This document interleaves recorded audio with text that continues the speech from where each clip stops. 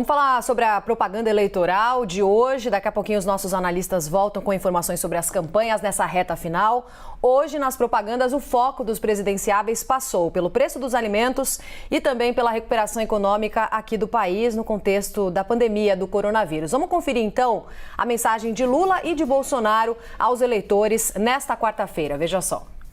No programa de Lula, candidato do PT, um dos focos foi o valor dos alimentos.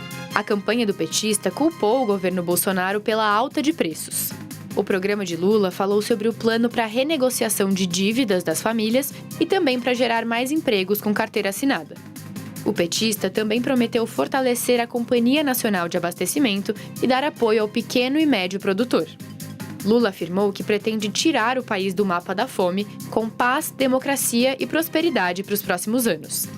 A campanha do petista também sugeriu que os apoiadores usassem branco no domingo, dia da votação, para simbolizar a paz. Bolsonaro, em seu programa, defendeu que a recuperação econômica do país durante a pandemia foi um exemplo para o mundo.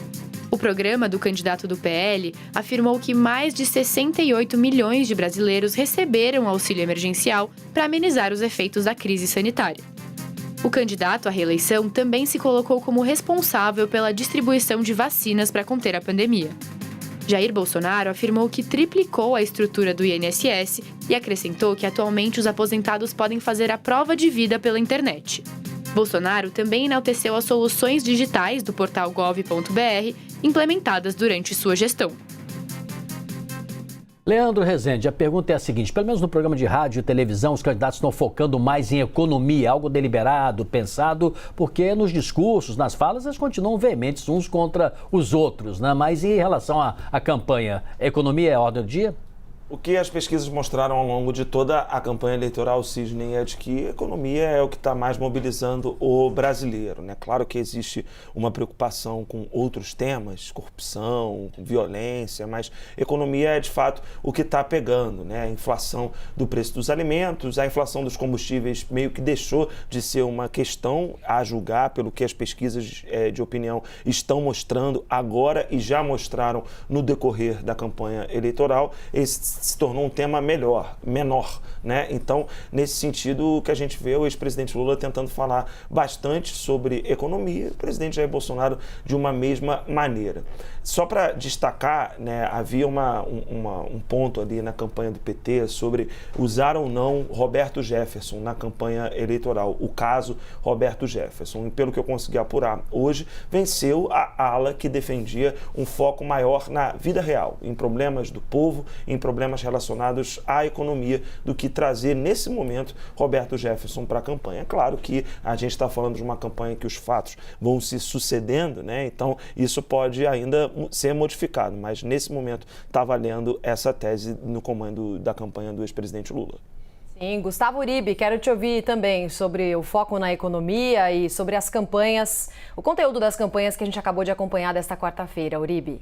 Eu vou na mesma linha do Leandro Rezende. A economia tem sido apontada pelos eleitores como a principal preocupação da campanha eleitoral deste ano. E a pesquisa Genial Quest mostrou um quadro interessante. Houve uma percepção de redução do preço dos combustíveis, mas não da energia elétrica e dos alimentos. É por isso que a ordem na campanha petista é focar nestes dois pontos, porque isso pega aquele setor ou aquele segmento do eleitorado que ganha até 2 salários mínimos e que ganha até 5 salários mínimos, de 2 a 5 salários mínimos, onde você tem um empate entre Jair Bolsonaro e Luiz Inácio Lula da Silva, segundo as últimas pesquisas de intenção de voto, e aí é uma zona de confronto entre os dois candidatos. A gente tem visto Jair Bolsonaro indo mais para o campo da vacina.